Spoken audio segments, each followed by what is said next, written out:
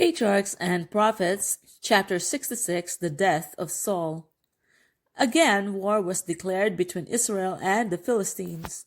The Philistines gathered themselves together and came and pitched in Shunem, on the northern edge of the plain of Jezreel, while Saul and his forces encamped but a few miles distant at the foot of Mount Gilboa on the southern border of the plain. It was on this plain that Gideon with 300 men had put to flight the hosts of Midian. But the spirit that inspired Israel's deliverer was widely different from that which now stirred the heart of the king. Gideon went forth strong in faith in the mighty God of Jacob, but Saul felt himself to be alone and defenseless because God had forsaken him. As he looked abroad upon the Philistines' host, he was afraid and his heart greatly trembled.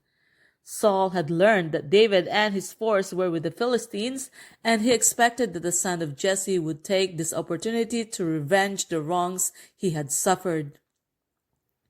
The king was in sore distress. It was his own unreasoning passion spurring him on to destroy the chosen of God that had involved the nation in so great peril. While he had been engrossed in pursuing David, he had neglected the defense of his kingdom. The Philistines, taking advantage of its unguarded condition, had penetrated into the very heart of the country. Thus, while Satan had been urging Saul to employ every energy in hunting David, that he might destroy him, the same malignant spirit had inspired the Philistines to seize their opportunity to work Saul's ruin and overthrow the people of God. How often is the same policy still employed by the archenemy? He moves upon some unconsecrated heart to kindle envy and strife in the church, and then, taking advantage of the divided condition of God's people, he stirs up his agents to work in their ruin. On the morrow, Saul must engage the Philistines in battle. The shadows of impending doom gathered dark about him. He longed for help and guidance, but it was in vain that he sought counsel from God. The Lord answered him not, neither by dreams, nor by Urim, nor by prophets. The Lord never turned away a soul that came to him in sincerity and humility. Why did he turn Saul away unanswered? The king had, by his own act, forfeited the benefits of all the methods of inquiring of God. He had rejected the counsel of Samuel the prophet. He had exiled David, the chosen of God. He had slain the priests of the Lord. Could he expect to be answered by God when he had cut off the channels of communication that heaven had obtained? He had sent away the Spirit of grace, and could he be answered by dreams and revelations from the Lord? Saul did not turn to God with humility and repentance. It was not pardon for sin and reconciliation with God that he sought, but deliverance from his foes. By his own stubbornness and rebellion, he had cut himself off from God. There could be no return but by the way of penitence and contrition, but the proud monarch, in his anguish and despair, determined to seek help from another source. Then said Saul unto his servants, Seek me a woman that hath a familiar spirit, that I may go to her and inquire of her. Saul had a full knowledge of the character of necromancy. It had been expressly forbidden by the Lord, and the sentence of death was pronounced against all who practiced its unholy arts.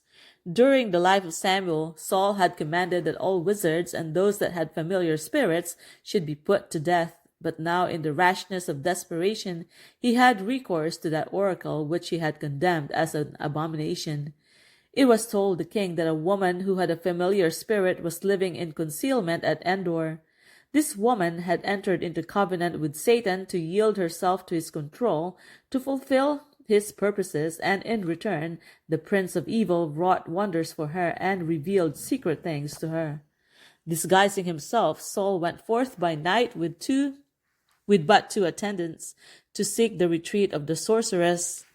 O pitiable sight! The king of Israel led captive by Satan at his will. What path so dark for human feet to tread as that chosen by one who has persisted in having his own way, resisting the holy influences of the Spirit of God? What bondage so terrible as that of him who is given over to the control of the worst of tyrants, himself? Trust in God and obedience to his will were the only conditions upon which Saul could be king of Israel. Had he complied with these conditions throughout his reign, his kingdom would have been secure. God would have been his guide, the omnipotent his shield. God had borne long with Saul, and although his rebellion and obstinacy had well nigh silenced the divine voice in the soul, there was still opportunity for repentance. But when in his peril he turned from God to obtain light from a confederate of Satan, he had cut the last tie that bound him to his Maker. He had placed himself fully under the control of that demoniac power which for years had been exercised upon him and which had brought him to the verge of destruction. Under the cover of darkness, Saul and his attendants made their way across the plain, and safely passing the Philistine host, they crossed the mountain ridge to the lonely home of sorceress of Endor.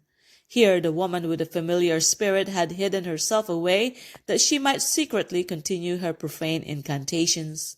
Disguised as he was, Saul's lofty stature and kingly port declared that he was no common soldier. The woman suspected that her visitor was Saul, and his rich gifts strengthened her suspicions. To his request, "I pray thee, divine unto me by the familiar spirit, and bring me him up, whom I shall name unto thee." The woman answered, "Behold, thou knowest what Saul hath done, how he hath cut off those that have familiar spirits, and the wizards out of the land. Wherefore then layest thou a snare for my life to cause me to die?" Then Saul sware to her by the Lord, saying, "As the Lord liveth, there shall no punishment happen to thee for this thing." And when she said, "Whom shall I bring up unto thee?" he answered, "Samuel." After practicing her incantations, she said, "I saw gods ascending out of the earth. An old man cometh up, and he is covered with a mantle." And Saul perceived that it was Samuel, and he stooped with his face to the ground and bowed himself. It was not God's holy prophet that came forth at the spell of a sorcerer's incantation. Samuel was not present in that haunt of evil spirits. What supernatural appearance was produced solely by the power of Satan. He could as easily assume the form of Samuel as he could assume that of an angel of light when he tempted Christ in the wilderness. The woman's first words under the spell of her incantation had been addressed to the king. "Why hast thou deceived me, for thou art Saul?" Thus the first act of the evil spirit which personated the prophet was to communicate secretly with this wicked woman to warn her of the deception that had been practiced upon her. The message to Saul from the pretended prophet was, "Why hast thou disquieted me to bring me up?" And Saul answered, "I am sore distressed, for the Philistines make war against me, and God is departed from me, and answered me no more, neither by prophets nor by dreams. Therefore I have called thee, that thou mayest make known unto me what I shall do." When Samuel was living, Saul had despised his counsel and had resented his reproofs. But now in the hour of his distress and calamity, he felt that the prophet's guidance was his only hope. And in order to communicate with heaven's ambassador, he vainly had recourse to the messenger of hell. Saul had placed himself fully in the power of Satan, and now he whose only delight is causing in misery and destruction made the most of his advantage to work the ruin of the unhappy king. In answer to Saul's agonized entreaty came the terrible message, professedly from the lips of Samuel. Wherefore then dost thou ask of me, seeing the Lord is departed from thee, and is become thine enemy? And the Lord hath done to him as he spake by me, for the Lord hath rent the kingdom out of thine hand, and given it to thy neighbor, even to David, because thou obeyest not the voice of the Lord, nor executest his fierce wrath upon Amalek. Therefore hath the Lord done this thing unto thee this day. Moreover, the Lord will also deliver Israel with thee into the hand of the Philistines. All through his course of rebellion, Saul had been flattered and deceived by Satan. It is the tempter's work to belittle sin, to make the path of transgression easy and inviting, to blind the mind to the warnings and threatenings of the Lord. Satan, by his bewitching power, had led Saul to justify himself in defiance of Samuel's reproofs and warning.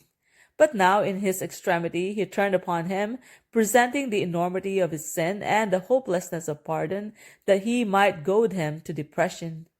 Nothing could have been better chosen to destroy his courage and confuse his judgment, or to drive him to despair and self-destruction. Saul was faint with weariness and fasting. He was terrified and conscience-stricken. As the fearful prediction fell upon his ear, his form swayed like an oak before the tempest, and he fell prostrate to the earth. The sorceress was filled with alarm. The king of Israel lay before her like one dead. Should he perish in her retreat, what would be the consequences to herself? She besought him to arise and partake of food, urging that since she had imperiled her life in granting his desire, he should yield to her request for the preservation of his own. His servants joining their entreaties, Saul yielded at last, and the woman set before him the fatted calf and unleavened bread hastily prepared. What a scene! In the wild cave of the sorceress, which but a little before had echoed the words of doom in the presence of Satan's messenger, he who had been anointed of God as king over Israel sat down to eat in preparation for the day's deadly strife. Before the break of day, he returned with his attendants to the camp of Israel to make ready for the conflict. By consulting that spirit of darkness, Saul had destroyed himself. Oppressed by the horror of despair, it would be impossible for him to inspire his army with courage. Separated from the source of strength, he could not lead the minds of Israel to look to God as their helper. Thus, the prediction of evil would work its own accomplishment. On the plain of Shunem and the slopes of Mount Gilboa, the armies of Israel and the hosts of the Philistines closed in mortal combat. Though the fearful scene in the cave of Endor had driven all hope from his heart, Saul fought with desperate valor for his throne and his kingdom. But it was in vain. The men of Israel fled from before the Philistines and fell down slain in Mount Gilboa.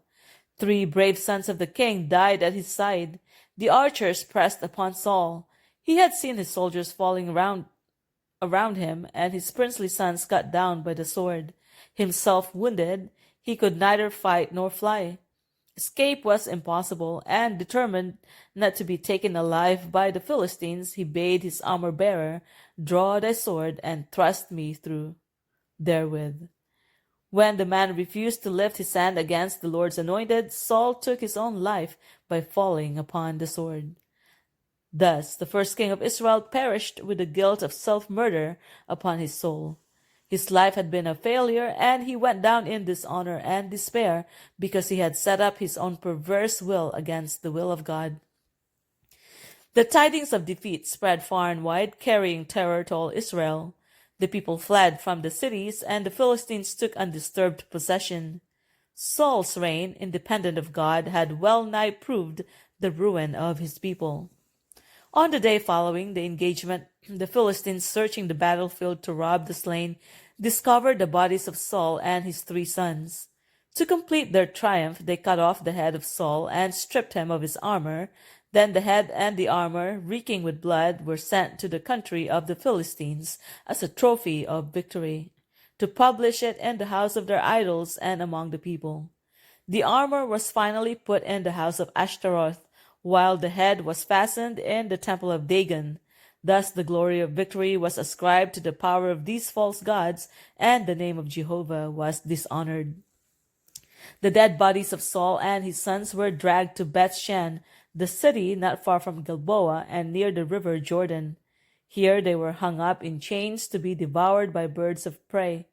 But the brave men of Jabesh Gilead, remembering Saul's deliverance of their city in his earlier and happier years, now manifested their gratitude by rescuing the bodies of the king and princes and giving them honorable burial. Crossing the Jordan by night, they took the body of Saul and the bodies of his sons from the wall of Beth-shan and came to Jabesh and burnt them there. And they took their bones and buried them under the tree of Jabesh and fasted 7 days. Thus the noble deed performed 40 years before secured for Saul and his sons burial by tender and pitying hands in that dark hour of defeat and dishonor.